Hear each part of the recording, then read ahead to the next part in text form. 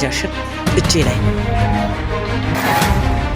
አንቺ ግን መች ነው ከመቼው አድገሽ ነው ግን እንዲህ አይነት ተንኮል ውስጥ የገባሽው? እንዲህ አይነት ታርመጥምጠሽ አርመጠመጥሽ። ሰላም ሰላም ሰላም። ያጋነንት ስራ ነውና አይሰራም ባይነኝና እኔ ያለው አሁን አብርሃም ያለው ጸጸት ውስጥ ነው። ጸጸት ውስጥ ያለ ሰው ደግሞ እንዲህ ነው የሚፈዘው። ምክንያቱም ምን ሆኜ ነው? ምን ገጥሞኝ ነው? እንዴት እዚህ ውስጥ ልገባ ቻልኩኝ? ሆይ ለምን የልጄን እናት ጥዬ ሄድኩኝ? ልዑልን የመሰለ ልጅ እንዴት እቺ የማይሆን ነገር ውስጥ ምን ሆኜ ነበር ብሎ ወደ ራሱ ሲመለስ በዝምታና በጥሞና ነው ራሱን ጥያቄ የሚጠይቀው አይደል? ለምን ያደረገው ነገር ትክክል ስላልነበረ። አይ ኖ ትክክል ነው ያደረገው ትክክል ነበር። ይሁንሽበት ታይም ማወቅ ፈለኩኝ እኔ። በምን ተነሳስተሽ ነው? በምን ተነሳስተሽ እንዲህ አይነት ክፋት ውስጥ እንደገባሽ ለማወቅ በጣም ጓጓው እና ምን ልልሽ ፈልጌ ነው፣ ወደቅሽ አይደል? ልጅሽ ወረደ ነው አይደለ? የተፈጠረም ልጅ የለም የሚወርድም ልጅ የለም። ገባሽ? ሙሉ መረጃ በእጄ ነው ያለው። አጠገብሽ ላይ ሆኖ እያንዳንዷን እርምጃሽን ማለት ነው እንደዚህ ተከታትሎ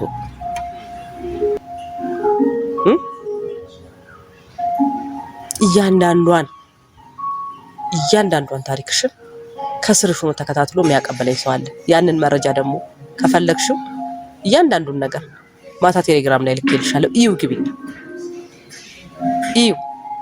እኔ እኮ አንቺን እንደ እህትነት አንቺን ደግፌ ሽንጤን ወጥሬ እንዳልከራከር ያደረገኝ ምን እንደሆነ ታውቂያለሽ? ክፋትሽ። የሄርሜላ ሲስተር እውነቱን ተናግራለች። ይህም ማለት እንግዲህ እኔ አንቺን እንዳረዳሽ ከጎንሽ እንዳልቆም ያደረገኝ የምሰሪው ነገር ክፋትሽ ነው ብላታለች። እና ይህን ነገር በጣም ትክክል ነው። ምክንያቱም ሄርሜላ በእሷ ህይወት ላይ እንዲሆን በቤተሰቦቿ በእህቶቿ ላይ እንዲሆን የማትፈልገውን ነገር ነው በሩታ ላይ ያደረገችው። እና አሁን ላይ እሷም ብላለች እህቲቱ ካፏ እንድትሰሙ ብዬ ነው ቪዲዮን ያመጣውላችሁ። የሄርሜላ እህት ማለት ነው። ይሄ ማለት ምንድነው?